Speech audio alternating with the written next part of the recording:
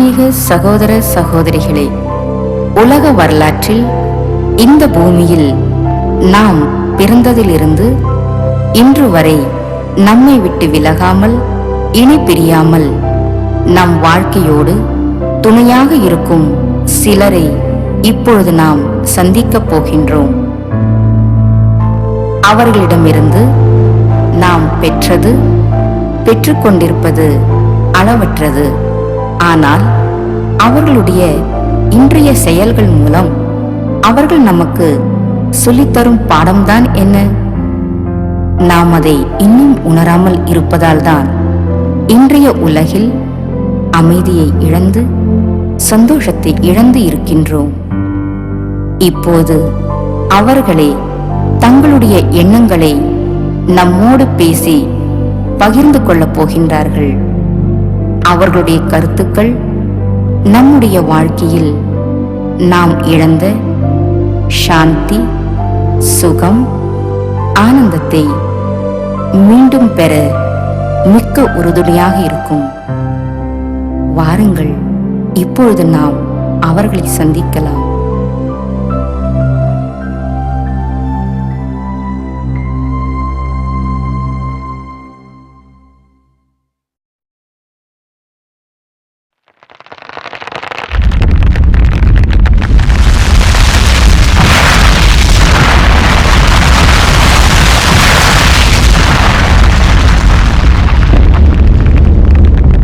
ஆத்மாக்களே, பயப்படாதீர்கள். நான் தான் உங்கள் அனைவரையும் தாங்கி நிற்கும் பூமி பேசுகிறேன்.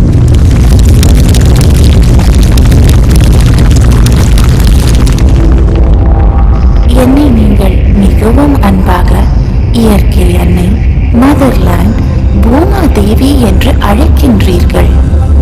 உங்கள் உடலின் மூல ஆதாரமும் நானே. ஆதி காலத்திலிருந்தே உங்கள் உடலை படைக்கும் காரியத்தை தன்னலமற்ற உணர்வோடு செய்து வருகிறேன். மேலும் பலவிதமான இயற்கை செல்வங்கள் மூலம் உங்கள் உடலை பாதுகாத்தும் வருகிறேன்.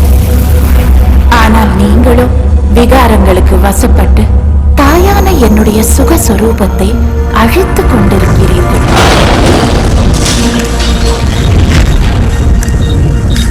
இதன் விளைவாகவே இன்றைய பூகம்பமும் நிலச்சரிவுகளும் எரிமலைகளும் உங்களை பயமுறுத்துகின்றன.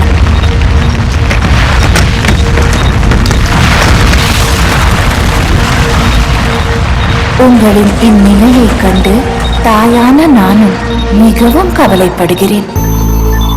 இதிகாசத்திலும் புராணங்களிலும் நான் எவ்வளவு செல்வச் செழிப்போடு இருந்ததை நீங்களே வர்ணனை செய்திருக்கின்றீர்கள்.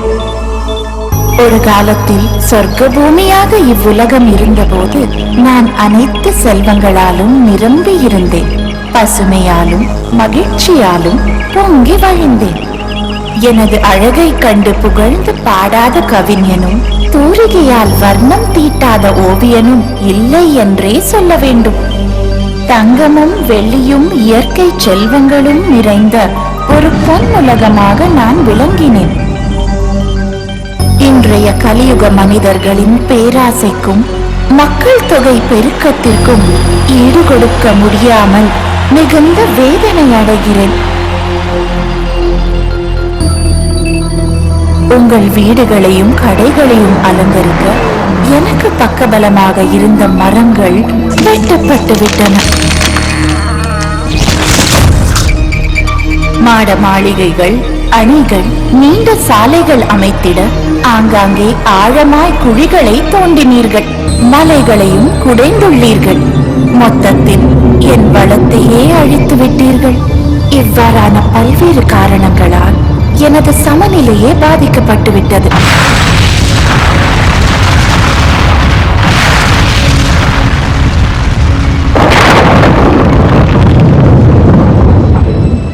பசுஞ்சோலையாக சொர்க்கமாயிருந்த நான் இன்று நாளுக்கு நாள் வறண்ட பாலைவனமாகிக் கொண்டிருக்கிறேன்.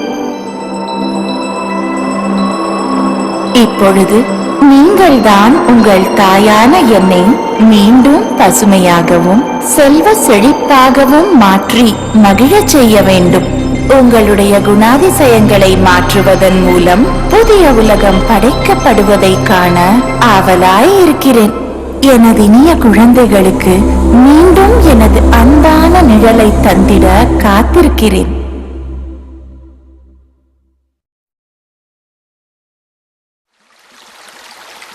நீர்வீழ்ச்சியும் ஆற்றில் பெருக்கெடுத்து ஓடும் நீரோட்டமும் மனதிற்கு எவ்வளவு சுகத்தை அளிக்கின்றன. அலைகளின் ஓசை உங்களின் மனத்திரையில் கடற்கரையை கொண்டு வருகின்றதல்லவா? நானும் பறந்து விரிந்து இருக்கும் கடலைப் போல உங்களின் வாழ்வின் எல்லையில்லா துணையாக இருக்கின்றேன். ஆம், நான் தான் நீர்.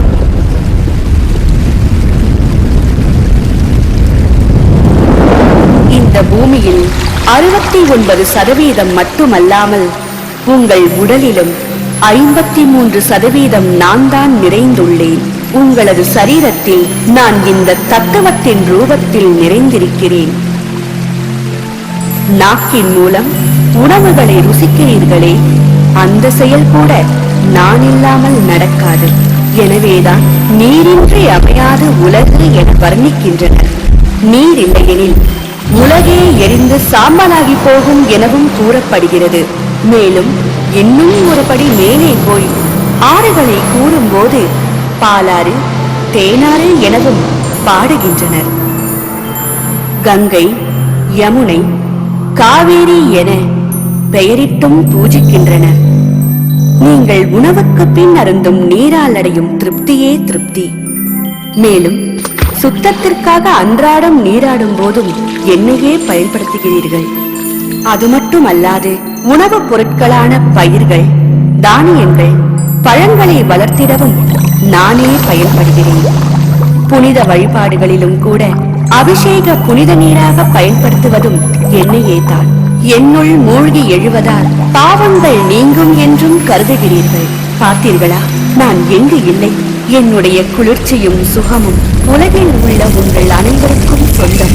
ஆனால் என்றும் குறுகிய எண்ணத்துடன் என்னை பல பகுதிகளாக பங்கு போட்டு ஆங்காங்கே விவாதங்கள், சண்டைகள் போட்டு அமைதியை குலைத்துக் கொண்டிருக்கின்றீர்கள். அணைகளை கட்டியதாலும் குப்பைகளை கொட்டி வருவதாலும் வற்றாத ஜீவநதியாக இருந்த நான் இன்று வறண்ட பாலைவனமாக ஆகிக் கொண்டிருக்கின்றேன். நீரோட்டங்களை நிலங்களாக்கி பல கட்டிடங்கள் கட்டுவதாலும் பல வழிகளில் நிலத்தடி நீர் உறிஞ்சப்படுவதாலும் இயற்கையின் சமநிலை பாதிக்கப்பட்டுள்ளது. ஆகவே தான் நீங்கள் சுனாமி போன்ற இயற்கை சீற்றங்களை சந்திக்க வேண்டியுள்ளது.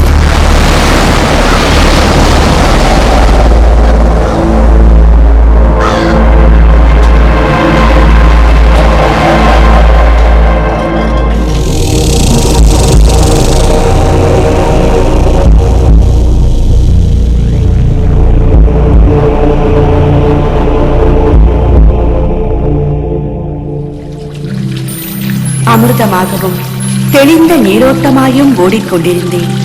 ஆனால் உங்கள் உடலை தூய்மைப்படுத்திய நான் இன்று மாசுபடிந்து விட்டமையால் என்னையே தூய்மைப்படுத்த வேண்டிய நிலைக்கு வந்துவிட்டேன். முழு உலகிற்கும் விலைமதிப்பற்ற சேவையை இலவசமாக வழங்கி வரும் என்னை இன்று பாட்டில்களில் விலை கொடுத்து வாங்கும் அளவிற்கு எளிதில் கிடைக்காத பொருளாகிக் கொண்டிருக்கின்றேன். விலை மதிப்பற்ற வாழ்க்கையை வழங்கும் எனக்கு விலை நிர்ணயம் செய்து கடைத்தெரு பொருளாக்கி விட்டீர்கள். உங்களுடைய இச்செயல்களால் நான் வருந்துகிறேன். என்னுடைய கடந்து போன பொற்காலம் மீண்டும் வராதா என ஏங்கிக் கொண்டிருக்கின்றேன். எனது நேற்று இருந்த நிலையையும் இன்று இருக்கின்ற நிலையையும் சற்று எண்ணி பாருங்கள். மீண்டும் உலகில் நல்லிணக்கமும் சகோதரத்துவத்தையும் வளர்த்துக் கொண்டு அதன் மூலம் உலகில் சுகம், சாந்தி மற்றும் ஆனந்தம் நிலவச் செய்யுங்கள். எங்கும் ஒற்றுமை உணர்வு நிலவிட உதவுங்கள். உங்களது சிரேஷ்டமான சிந்தனை, பார்வை மற்றும் செயல்களின் மூலம் நான் மீண்டும் சுத்தத்தையும் குளிர்ச்சியையும் பெறுவேனாக.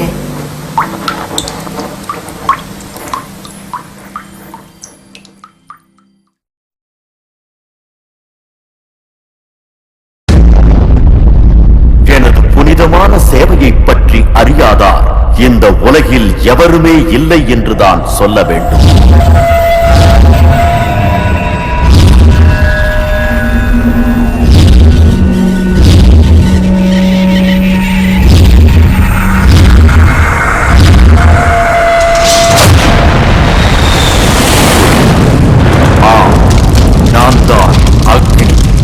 இப்பூமியில் உள்ள அனைத்து ஜீவராசிகளின் வளர்ச்சிக்கு உறுதுணையாக இருக்கும் சூரியனும் நானே.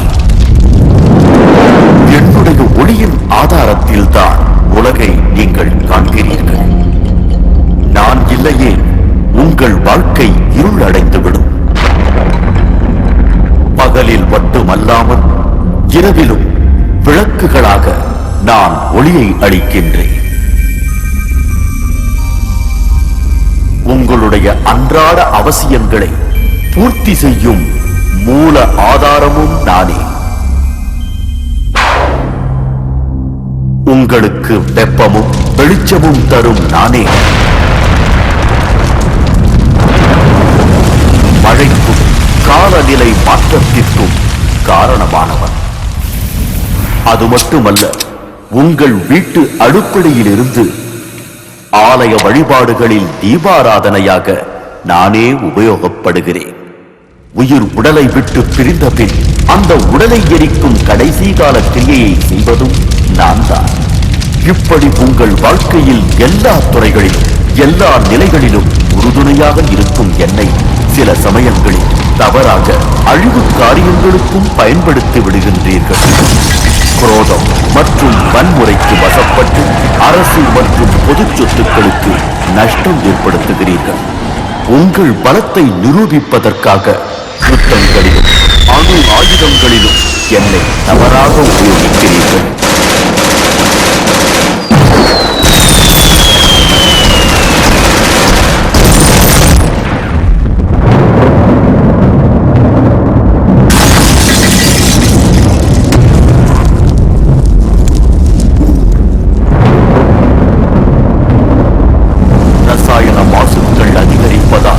என்னுடைய உஷ்ணம் அதிகமாகிக் கொண்டே செல்கின்றது. என்னை குளிர்விக்கக்கூடிய மழை தரும் மேகங்கள் மற்றும் நிழல் தரும் மரங்கள் குறைந்துவிட்டன. உங்களின் அதிநவீன வாழ்க்கை முறையால் ஓசோன் படலமும் ஒட்டையாகி அது உங்களை அழிவு பாதைக்கு வழிவகுத்து செல்கிறது.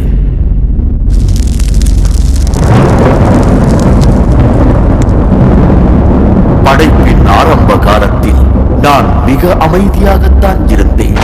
அந்த தெய்வ சிருஷ்டியில் உங்களுக்கு எந்த அளவு வெப்பம் தேவையோ அந்த அளவு வெப்பத்தை கொடுத்தேன்.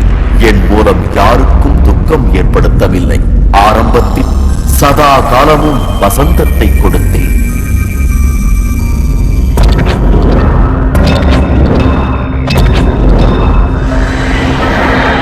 சிறிது கவனம் செலுத்துங்கள். உங்களுடைய அத்துமீறிய செயல்கள் மற்றும் பேராசைகளாலும் எந்தவித நன்மையும் ஏற்பட போவதில்லை. மனிதர்களிடத்தில் இருக்கும் காம குரோத அக்னிகள் கட்டுப்படுத்தப்படும் போது மட்டும்தான் உண்மையான அக்னியான நானும் உங்களுக்கு சுகமளிக்கக்கூடியவனாக மாறுகின்றேன். சிந்தியுங்கள், செயல்படுங்கள், எனக்கு ஒத்துழைப்பை நல்கி பயனடையுங்கள்.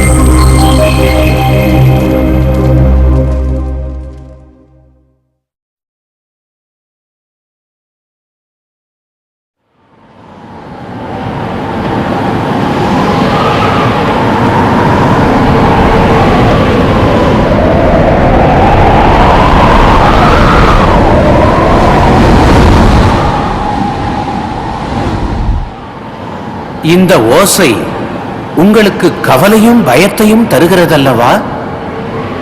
பயப்பட வேண்டாம். நான் தான் என்றும் உங்களுடன் இருக்கும் இணைபிரியா துணைவன். ஆம், நான் தான் காற்று.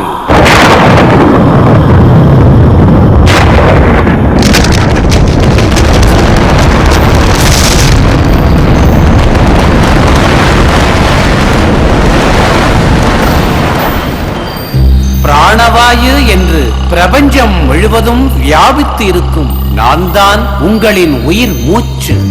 உங்களுடைய இந்திரியங்கள் மூலம் என்னுடைய தொடுதலை உணர்கிறீர்கள். பூக்களின் இனிமையான நறுமணத்தையும் உங்களுக்கு கொண்டு வந்து சேர்ப்பதும் நானே. மரங்களும் செடிகளும் கூட என்னை சுவாசித்து செழுமையாக தழைத்து ஓங்குகின்றன. அதனால் தான் என்னை வாயு பகவான் என பூஜிக்கின்றீர்கள். நான் உங்கள் கண்களுக்கு புலப்படாவிட்டாலும் இந்த உலகம் உயிரோட்டமாய் விளங்க நானே காரணம்.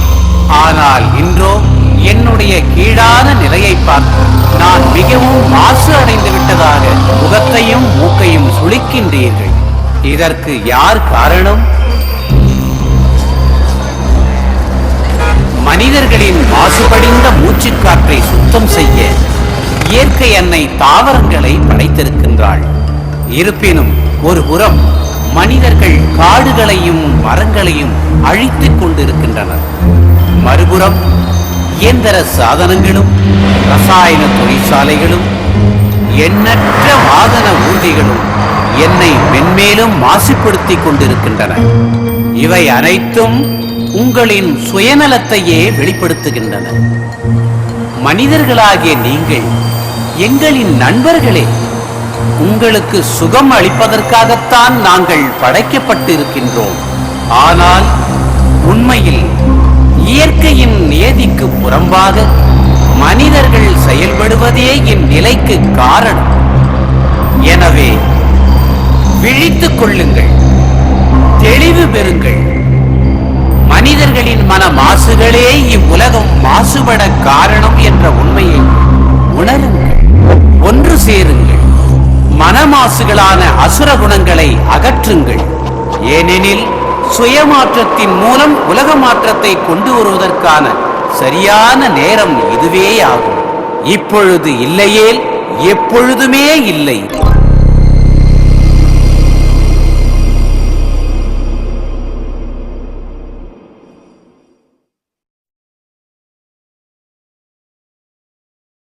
எனது இனிமையான குழந்தைகளே, என்னை ஈஸ்வர், அல்லாஹ், சிவா, யகோவா, காட் என்றெல்லாம் அழைக்கின்றீர்கள். எனக்காக கோயில்களும் மசூதிகளும் தேவாலயங்களும் குருத்வாராக்களும் கட்டினீர்கள். வேத சாஸ்திர புராணங்களையும் இதிகாசங்களையும் எழுதினீர்கள். என்னை அடைவதற்காக ஆராதனைகள், பிரார்த்தனைகள், வழிபாடுகள் செய்கிறீர்கள். மேலும் என்னுடைய பெயரால் சண்டையும் போட்டீர்கள். எனக்காக பலவிதமான தியாகங்களையும் பலிகளையும் செய்கிறீர்கள். எனினும் என்னை நீங்கள் சரியாக அறியவும் இல்லை, அடையவும் இல்லை. என்னை அறிவதற்கு முன்பு முதலில் நீங்கள் யார் எனும் உண்மையை உணருங்கள்.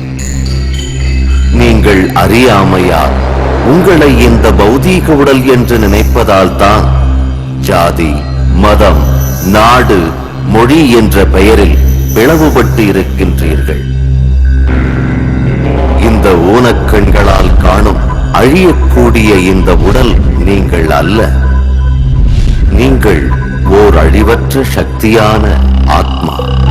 ஒளிப்புள்ளி வடிவாக நெற்றியின் மத்தியில் இருந்து கொண்டு இந்த உடலை இயக்குகின்றீர்கள். ஆக நீங்கள் அனைவருமே இந்த உடல் மூலம் செயல்படும் ஜீவாத்மாக்கள் என அனுபவம் செய்யுங்கள்.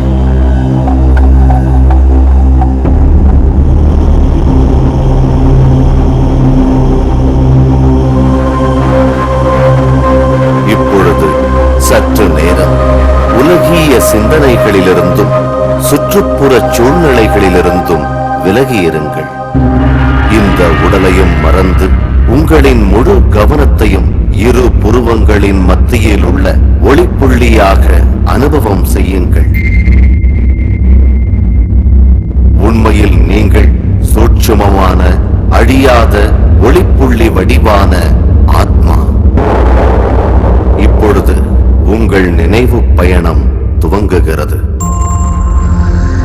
நீங்கள் படிப்படியாக பூமி மற்றும் உங்கள் உடலை விட்டு விலகி விண்வெளியை நோக்கி செல்கின்றீர்கள்.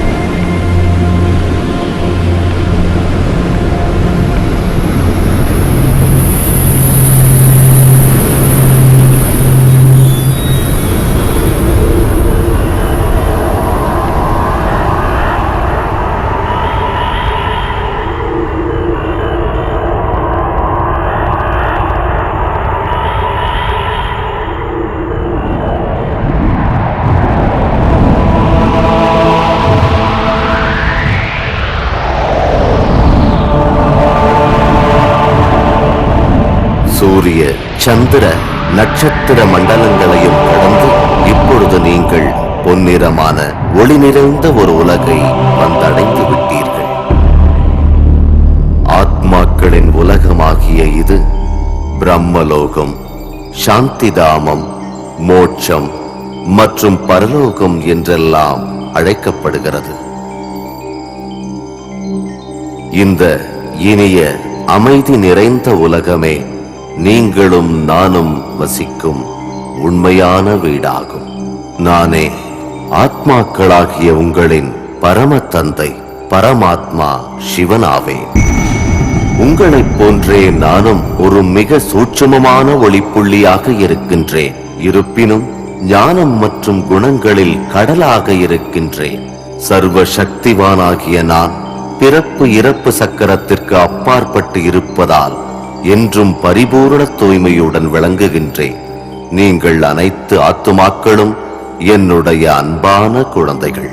ஆரம்ப காலத்தில் நீங்களும் என்னோடு பரந்தாமமாகிய வீட்டில் ஒளிப்புள்ளியாகத்தான் இருந்தீர்கள். பின்பு நீங்கள் உங்கள் நாடக பாகத்தை நடிப்பதற்காக பூமிக்கு சென்று அவரவர்களுக்கான சரீரத்தை ஆதாரமாக எடுத்தீர்கள். இந்த அழிவற்ற உலக நாடகம் சத்யுகம், திரேதாயுகம், துவாபர் யுகம் மற்றும் கலியுகம் என 4 யுகங்களாக உள்ளன. ஒவ்வொரு யுகத்தின் காலம் 1250 ஆண்டுகளாகும். 4 யுகங்கள் சேர்ந்த இந்த சிருஷ்டியின் மொத்த ஆயுட்காலம் 5000 ஆண்டுகளாகும். இந்த 5000 ஆண்டு நிகழ்வுகள் மீண்டும் மீண்டும் இப்புவியில் மிகச்சரியாக நடைபெறுகின்றன. கல்ப ஆரம்பத்தில் பூமியில் மனிதர்களும் ஜீவராசிகளும் ஏன் இயற்கை தத்துவங்களும் தூய்மையாக இருந்தன. அப்பொழுது இந்த உலகம் சுகம், சாந்தி, ஆனந்தத்தினால் நிரம்பி வழிந்தது. இந்த சமயம்தான் சத்யுகம் மற்றும் திரேதாயுகம் என்று அழைக்கப்பட்டது.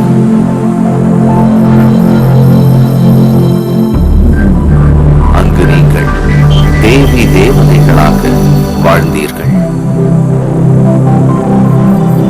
இந்த 2500 ஆண்டு பொற்காலத்தை தான் சொர்க்கம், வைகுண்டம், பகீஷ்ட், ஜன்னத், பாரடைஸ் என்ற பெயர்களால் அழைக்கின்றேன்.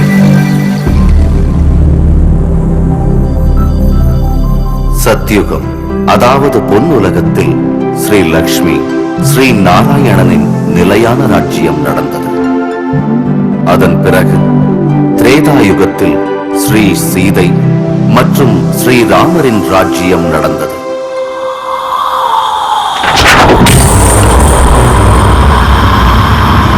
துவாபர் யுகத்தில் இருந்து தீய மற்றும் பாவச் செயல்களில் வசப்பட்டு உங்கள் ஆத்ம சக்தியை இழக்கின்றீர்கள். இந்த யுகத்தில் தான் பல மத தலைவர்கள் அவதரித்து தங்களின் மதங்களை ஸ்தாபித்தார்கள். ஆரம்பத்தில் மதங்கள் மனிதர்களை இணைப்பதற்காகவும் நல்வழிப்படுத்துவதற்காகவும் தான் உருவாக்கப்பட்டன. ஆனால் தற்போதைய கலியுகத்தில் மனித மனங்கள் 5 விகாரங்களால் பீடிக்கப்பட்டுள்ளன. இதனால் பஞ்ச தத்துவங்களும் கூட தரம் இழந்துவிட்டன. கூடவே நீங்களும் அமைதி, மகிழ்ச்சியை இழந்து தற்போது துக்கத்தின் அலைகளிலிருந்து விடுபட என்னை நாடி பலவாறாக அழைக்கின்றீர்கள். யதா யதா ஹி தர்மஸ்ய க்ளானிர்பவதி பாரத அப்யுத்ഥാനം தர்மஸ்ய ததாத்மானம் ஸ்ருஜாம்யஹம் பரித்ராணாய சாதூனாம் விநாசாய ச துஷ்கிருதாம் தர்ம சம்ஸ்தாபனார்த்தாய சம்பவாமி யுகே யுகே. எப்பொழுது அதர்மம் ஓங்குமோ அப்பொழுது அதர்மத்தை அழித்து மீண்டும் சத்திய தர்மத்தை நிறுவி புத்துலகை படைக்க நான் இந்த பூமியில் அவதரிக்கிறேன். நான் அவதரிக்கும் இந்த திவ்ய அவதார காலமே சங்கம யுகமாகும். கலியுகம் மற்றும் சத்யுகத்தை இணைக்கும் இந்த சங்கம யுகம் அனைவருக்கும் நன்மை அளிக்கும் காலமாகும். கீதையில் கொடுத்த உறுதிமொழியை நிறைவேற்ற இப்பொழுது பாரத பூமியில் நான் அவதரித்து விட்டேன். பிரஜாபிதா பிரம்மாவின் மனித உடலில் பிரவேசித்து கீதா ஞானம் மற்றும் ராஜயோகத்தின் மூலமாக ஆத்மாக்களாகிய உங்களை தூய்மையாக்கும் மகான் காரியத்தை செய்து கொண்டிருக்கின்றேன். இப்பொழுது நீங்கள் உங்கள் தேகம் மற்றும் தேக சம்பந்தங்களை மறந்து உங்களை ஆத்மா என உணர்ந்து பரம்பிதா பரமாத்மாவாகிய என்னை நினைவு செய்யுங்கள். இந்த ராஜயோகம் மூலம் பல பிறவிகளாக நீங்கள் செய்த பாவங்கள் அழிக்கப்படுகின்றன. மேலும் நீங்கள் அனைத்து குணங்களாலும் சக்திகளாலும் நிறைந்து பரிபூரண நிலையை அடைவீர்கள். கவனம் இருக்கட்டும், பஞ்ச தத்துவங்கள் கூட உங்கள் பரிபூரண நிலைக்காக காத்துக் கொண்டிருக்கின்றன. என்னுடைய அன்பான குழந்தைகளே, பல பிறவிகளாக தேடிக்கொண்டிருந்த இறைவனாகிய என்னை உணருங்கள். உங்களுடைய ஆத்ம தந்தை நானே. நான் யார், எப்படி இருக்கிறேன் என்பதை சரியாக புரிந்து கொண்டு என்னுடைய சிரேஷ்டமான வழிப்படி நடப்பீர்களாக. சுகம் நிறைந்த சொர்க்கத்தில் பல பிறவிகள் வாழ்வதற்கான பாக்கியத்தை அடைவீர்களாக.